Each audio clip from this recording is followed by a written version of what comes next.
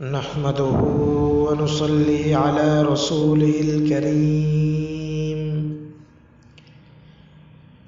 أما بعد، فأعوذ بالله من الشيطان الرجيم. بسم الله الرحمن الرحيم.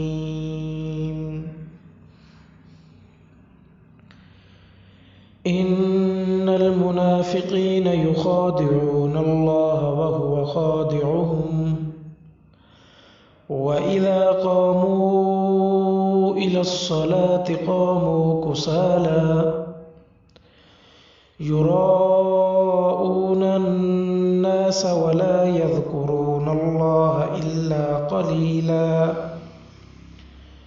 مذبذبين بين ذلك لا إله هؤلاء ولا إله هؤلاء ومن يضلل الله فلن تجد له سبيلا. صدق اللہ العظیم. بے شک منافقین اللہ سے دغا بازی کرتے ہیں اور اللہ ان کی دغا بازی کی سزا دینے والے ہیں. اور جب یہ منافقین نماز کے لیے کھڑے ہوتے ہیں تو کھڑے ہوتے ہیں سستی کے ساتھ، لوگوں کے لیے دکھلاوا کرتے ہیں اور اللہ کو یاد نہیں کرتے مگر بہت تھوڑا. وہ اسی کے درمیان متردد ہیں، نہ ادھر کے ہیں اور نہ ہی ادھر کے ہیں. اور جس شخص کو اللہ گمراہ کر دیں پس آپ ہرگز اس کے لیے کوئی راستہ نہیں پائیں گے. کافی دنوں سے منافقین کی تفصیلات چل رہی ہیں، ان کی علامات کا بیان ہو رہا ہے. منافقین کی 3 علامتیں آپ حضرات کے سامنے بیان ہو چکی ہیں. ایک سستی، دوسرا ریاکاری، تیسرا جھوٹ. آج منافقین کی جو چوتھی علامت ہے یعنی وعدہ خلافی، اس کے متعلق کچھ معروضات پیش کی جائیں گی. اللہ رب العزت سے دعا ہے کہ اللہ رب العزت ہم سب کو وعدہ خلافی سے محفوظ فرمائے.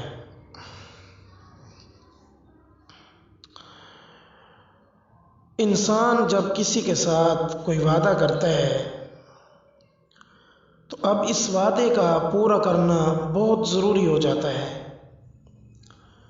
قرآن پاک نے بہت ساری جگہوں پر وعدے کو پورا کرنے کا حکم دیا ہے. چنانچہ سورہ بنی اسرائیل میں اللہ نے ارشاد فرمایا وَأَوْفُوا بِالْعَهْدِ إِنَّ الْعَهْدَ كَانَ مَسْئُولًا، کہ اے لوگو اپنے عہد اور وعدے کو پورا کرو، بے شک اس وعدے کے متعلق آخرت میں تم سے سوال کیا جائے گا کہ تم نے فلاں شخص سے وعدہ کیا تھا، اس کو پورا کیا یا نہیں کیا.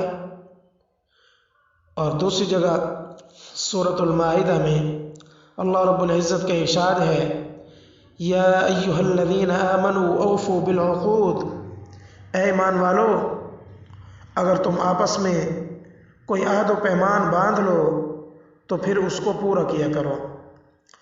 تو قرآن کریم میں جا بجا اس کی تاکید آئی ہے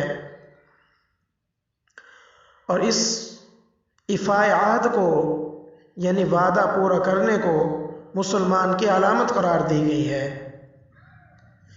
کہ مسلمان جو ہوتا ہے، حقیقی مسلمان، کامل اسلام والا، وہ عہد شکنی نہیں کرتا، جو وعدہ کرتا ہے اس کو پورا کرتا ہے.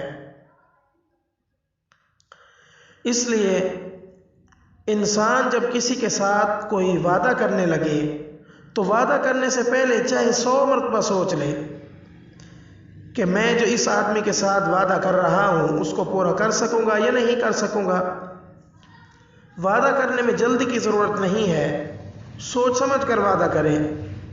لیکن پھر جب سوچ سمجھ کر مشورہ کر کے تمام حالات کو سامنے رکھ کے کسی انسان سے وعدہ کر لے تو پھر اب اس کی ذمہ داری ہے کہ اپنے وعدے پر قائم رہے اور ہر حال میں اس کو پورا کرے۔ ہاں ایک صورت ہے جو شریعت نے جائز قرار دی ہے، وہ یہ ہے کہ انسان کسی سے کوئی وعدہ کر لیتا ہے لیکن بعد میں کوئی حقیقی عذر پیش آ جاتا ہے، تو اب اگر یہ وعدے کو پورا نہیں کرتا تو اب اس پر کوئی گناہ نہیں ہے۔ لیکن یہاں پر یہ بات بھی سمجھ لیں کہ کوئی حقیقی عذر پیش آ جائے، ورنہ بنانے کے لیے تو عذر انسان اپنی طرف سے بھی گھڑ کر بنا سکتا ہے، تو کوئی حقیقی عذر پیش آ جائے۔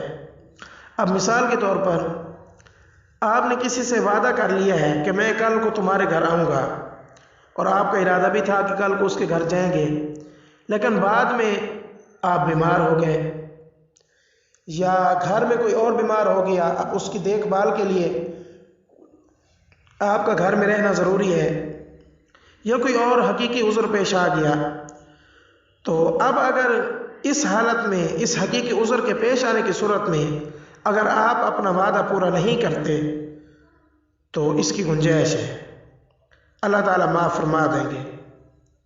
لیکن اگر آپ نے وعدہ کیا ہے اور عذر کوئی پیش نہیں آیا تو ایسے سستی اور غفلت کی وجہ سے اس کی خلاف ورزی نہ کریں بلکہ اس کو پورا کریں۔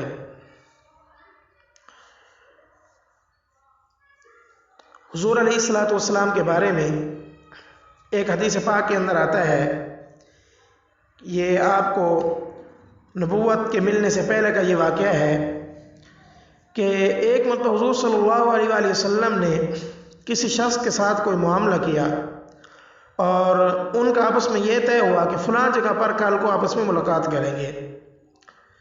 چنانچہ جب وہ کل کا وقت آیا تو حضور علیہ الصلوۃ والسلام اس جگہ پر پہنچ گئے۔ اب آپ وہاں جا کر کھڑے ہو گئے، لیکن جو دوسرا شخص تھا جس سے وعدہ تھا وہ اس جگہ نہیں آیا، تو حضور علیہ الصلوۃ والسلام نے اس کا انتظار کیا، انتظار کرتے کرتے کئی گھنٹے گزر گئے لیکن وہ شخص نہیں آیا، تو حضور علیہ الصلوۃ والسلام مسلسل وہاں کھڑے رہے، حتیٰ کہ روایات میں آتا ہے کہ 3 دن تک مسلسل حضور علیہ الصلوۃ والسلام نے اس کا انتظار کیا۔ صرف انتہائی مجبوری اور ضرورت کے لیے گھر جاتے، پھر واپس اس جگہ آ جاتے۔ پھر 3 دن کے بعد جب وہ شخص آیا تو آپ صلی اللہ علیہ وآلہ وسلم نے اس سے کوئی سخت بات نہیں کی، صرف اتنا فرمایا کہ تم نے وعدے پر نہ آ کر مجھے تکلیف پہنچائی ہے۔ صرف وعدے کو پورا کرنے کے لیے کہ کہیں وعدے کی خلاف ورزی نہ ہو جائے، 3 دن تک مسلسل حضور علیہ الصلوۃ والسلام نے انتظار فرمایا۔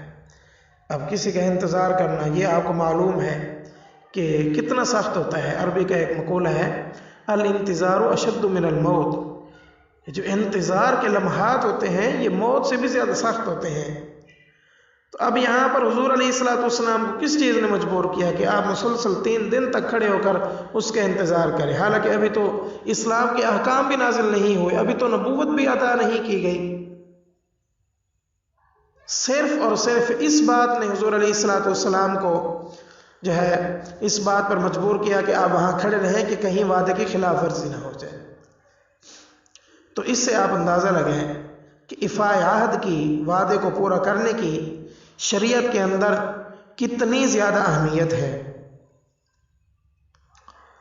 پھر یہ جو وعدہ انسان کرتا ہے اگر کسی بڑے کے ساتھ کرے تو اس کو پورا کرنا بھی ضروری ہے، اور اگر کسی بچے کے ساتھ وعدہ کر لے تو اس کو بھی پورا کرنا ضروری ہے، بلکہ بچے کے ساتھ کیا ہوا وعدہ جو ہے اس کو پورا کرنا انتہائی ضروری ہے، اس لیے کہ اگر ہم بچے کے ساتھ وعدہ خلافی کریں گے تو اس کا دگنا نقصان ہوگا۔ ایک نقصان تو یہی ہوگا کہ وعدہ خلافی گناہ ہے، دوسرا نقصان یہ ہوگا کہ ہم بچے کے ذہن میں شروع سے یہ بات ڈال دیں گے کہ وعدہ کر کے مکر جانا کوئی خرابی کی بات نہیں ہے۔ اب بچے کے ذہن تو بالکل صاف ہوتا ہے، ایسے صاف ہوتا ہے جیسے سفید پتھر ہو، اس پتھر پر جو چیز بھی نقش کر دی جائے وہ ہمیشہ کے لیے نقش ہو جاتی ہے۔ تو جب آپ بچے کے ساتھ وعدہ خلافی کر رہے ہیں تو اس کا مطلب ہے کہ آپ بچے کی یوں تربیت کر رہے ہیں کہ بیٹا کسی کے ساتھ وعدہ کر کے اس کی خلاف ورزی کر دینا یہ کوئی گناہ نہیں ہے۔ گویا کہ آپ نے وعدہ خلافی کا بیج بچے کے ذہن میں بو دیا ہے۔ اب جیسے جیسے بچہ بڑا ہوتا جائے گا یہ وعدہ خلافی کا جو بیج آپ نے بویا تھا یہ بھی اس کے ساتھ بڑا ہوتا جائے گا۔ اب اگر وہ بچہ آئندہ کبھی بھی کسی کے ساتھ وعدہ خلافی کرے گا تو اس وعدہ خلافی کے گناہ میں آپ بھی حصہ دار ہوں گے، اس لیے کہ خود آپ نے اپنے طرز عمل سے اس بچے کو وعدہ خلاف بنایا ہے۔ تو اس لیے بچوں کے ساتھ خاص طور پر اس بات کا اہتمام کرنا چاہیے، یا تو بچے کے ساتھ وعدہ کرے نہیں، اگر وعدہ کر لیا ہے تو اب اس کو پورا ضرور کرے۔ ہمارے معاشرے کے اندر اس معاملے میں انتہائی غفلت اور بے احتیاطی برتی جاتی ہے۔ بچوں کو تعلیم دلانے کے لیے اچھے سے اچھے اسکول میں داخل کرایا جاتا ہے، مہنگے سے مہنگے کالج میں اسکول میں بچوں کو داخل کرایا جاتا ہے، لیکن گھر کا ماحول ایسا ہوتا ہے جس سے بچے کا مزاج اور اس پہ اخلاق خراب ہو رہے ہوتے ہیں۔ تو جیسے بچے کی تعلیم کے لیے ضروری ہے کہ اس کو کسی اچھے کالج اور کسی اچھے اسکول میں داخلہ دلایا جائے، اسی طرح یہ بھی ضروری ہے کہ اس کی تربیت پر توجہ دی جائے، اور بچے کی جو تربیت ہے وہ خود گھر میں ہوگی، وہ باہر نہیں ہوگی۔ تو جیسے والدین کے اخلاق ہوں گے، جیسے والدین کے افعال ہوں گے، انہی کا پرتاؤ اور انہی کا اثر بچے کے اوپر بھی پڑے گا۔ تو اس لیے بچوں کے ساتھ بھی وعدہ کرنے میں بہت احتیاط کرنی چاہیے۔ اکثر ایسا دیکھا گیا ہے کہ اگر کوئی شخص باہر جانے لگے تو بچے ضد کرتے ہیں ساتھ آنے کی، تو اب ایسا ہوتا ہے کہ بڑے ان کو یہ کہہ دیتے ہیں کہ بیٹا آپ ہمارے ساتھ نہ ہو، جب ہم اس سفر سے واپس آئیں گے تو آپ کے لیے فلاں چیز لائیں گے۔ اب بچے سے آپ نے یہ وعدہ کر لیا ہے کہ بیٹا تم گھر میں رہو، ہم فلاں جگہ سے آئیں گے تو آپ کے لیے چیز لائیں گے۔ اب اگر آپ وہ چیز بچے کو لا کر نہیں دیتے، واپسی پر وہ چیز لے کر نہیں آتے، تو اس کا مطلب ہے آپ نے بچے کے ساتھ وعدہ خلافی کی ہے۔ آپ نے بچے کو اپنے طرز عمل سے یہ سبق دیا ہے کہ بیٹا وعدہ خلافی کرنا کوئی گناہ نہیں ہے، کوئی عیب کی بات نہیں ہے۔ تو اب جب یہ بڑا بچہ ہو اب جب یہ بچہ بڑا ہوگا اور وعدہ خلافیاں کرے گا تو اس کے گناہ کے اندر آپ بھی شریک ہوں گے۔ اس لیے اس معاملے میں بہت زیادہ احتیاط برتنی چاہیے۔ انشاءاللہ اس پر مزید بھی بحث ہوگی۔ اللہ تعالیٰ عمل کی توفیق عطا فرمائے۔